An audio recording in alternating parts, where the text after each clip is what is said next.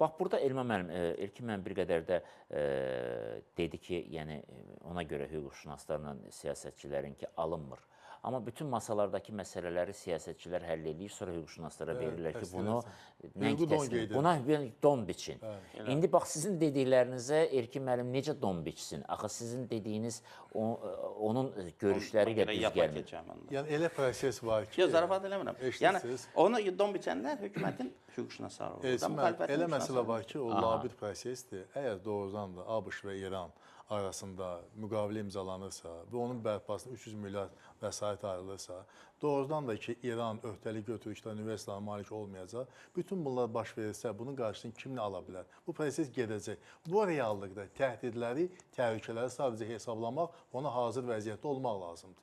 Yaxşı, bax, 300 milyardın desin ki, bax, fərz edirik də, indi hamısı bu dəqiqə fərziyə üzündə. 300 milyardın 25 milyardını vermə, onun əvəzinə qoy tripin idarəçiliyi mən eləyim, İran desə, nə olacaq?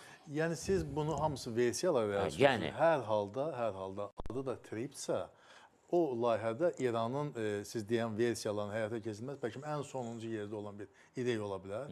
Birləşmiş Ştatlar Vaşinqtonda Ermənistan dövləti də sənəd imzalayıb, bəyannamə imzalayıb.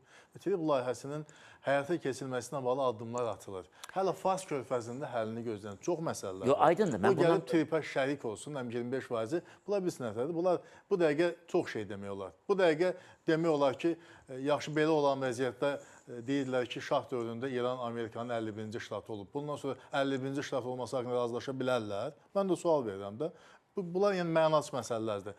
O ki qaldı, indi Türkiyəli bizim həmkarımızın dediyi sözlərində mənim yadıma düşür, vaxtilə Bizejinskinin Rusiya haqqında dediyi sözlər təxminən eyni fikri söylədi.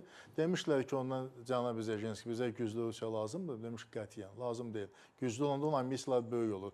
Bəs zəif Rusiya lazımdırmı? Demişdi, yox. Zəif çox təhlükəlidir. Çünki nüvə dövlətdir bizim boyda, təhlükəlidir. Zəif olması sərf eləmir. Bəs necə bizə Rusiya lazımdır? Demişdi, orta bab. Məsələn, İspaniya kimi. Bu Bizejinski sözlərdir. Ona görə də onu İranla bağlı necə deyərlər düşünürsün. Aydındır. Təbii ki, bizə güclü də lazım deyil, zəif deyil, orta bab İran. İndi siz mənim yanaşmamda bir qədər məna tapa bilmədiniz deyə sualı başqa cür qoyub. Yaxın günlərdə trip layihəsinin işi başlasa, ən az qiymətləndirilməli layihə üzərində İran buna mane olacaq, olmayacaq? Hesab edirəm ki, İranın bu dəqiqə o potensial yox ki, o mane olsun. Maraqlıdır. Amma hər halda... İran müharibədə, Elçin mənim, çox zəifləmiş bir dövlətdir. Tam səmiyyəti ilə deyirəm. İranda, bax, indi bu müharibə ki, bitsin, bitəndən sonra məlum olacaq ki, 2025-ci dekabr, yanvar ayında xalq şəhərə qalxmış ki, güzaranımız bərbatdır. Məlum olacaq ki, bu müharibədən sonra İranın o dekabrdakı vəziyyəti toya bayrama getməliymiş. Xalqın güzaranının nə qədər pis olacağını, hamısı üzə çıxacaq. Ona görə bəlkə də indi sülh prosesində ABŞ-dan çox İran o qədər də maraqlı olmaya bilər. Mən bilirsiniz niyə narahatam, Elman müəllim? Bu hadisələrin gedişatı, bax, elə CNN-dəki o yazı, eyni zamanda dünən, sıra gün Milli Məclisin xüsusi komissiyasında biz məlumatını oxuduq ki, Fransanın hibrid müharibəsi, bütün cəbhələr, həm televiziya, həm kəşfiyyatçı, nə bilim, nə desən, nə əlindən gəlirsə bu sahədə hücuma keçibdir. Digər tərəfdən ABŞ Konqresində yenidən erməni məsələsinin dinləmələrdə komitə iclasında salınması. İsveçrə parlamentində. Bəli. Digər tərəfdən Polşa tərəfdən biz müxtəlif səslər eşitirik. İndi də məlumat çıxdı ki, Aşbada iyunun sonunda müzakirələrdə yenidən Azərbaycanda erməni məsələsi müzakirə olunacaq. Bütün bunlar sanki bu seçki qabağı biraz dayanmışdılar Ermənistandakı seçki. Seçkidən sonra yenə buludları qaraldırlar Azərbaycan üzərində. Nəsə bizdən tələb eləmək istəyirlər, nəyisə əldə eləmək istəyirlər və bu kontekstdə trip də alınmasın deyə hər şey eləyə bilərlər. Və burada Avropada, Rusiyada, İranda həmfikirdir.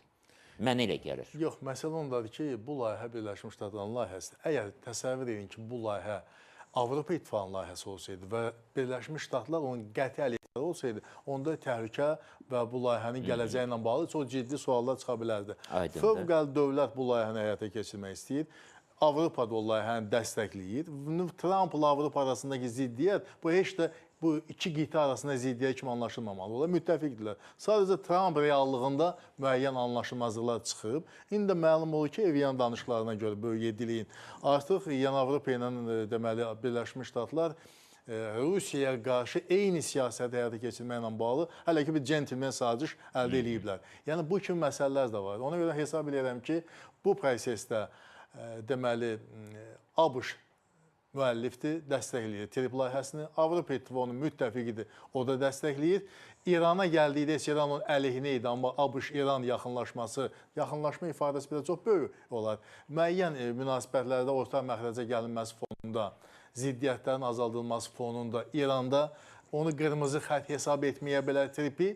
Qaldı Rusiya məsələsinə və Rusiya ilə də mənə elə gəlir ki, Moskva daha çox əleyhdarı kimi çıxış edə bilər, amma Moskvanın da TRIP layihəsində müəyyən faiz baxımından, müəyyən gəlirlərin bölünməsi baxımından mənafi nəzərə alına bilər. Ermənistan tərəfindən. Bəli.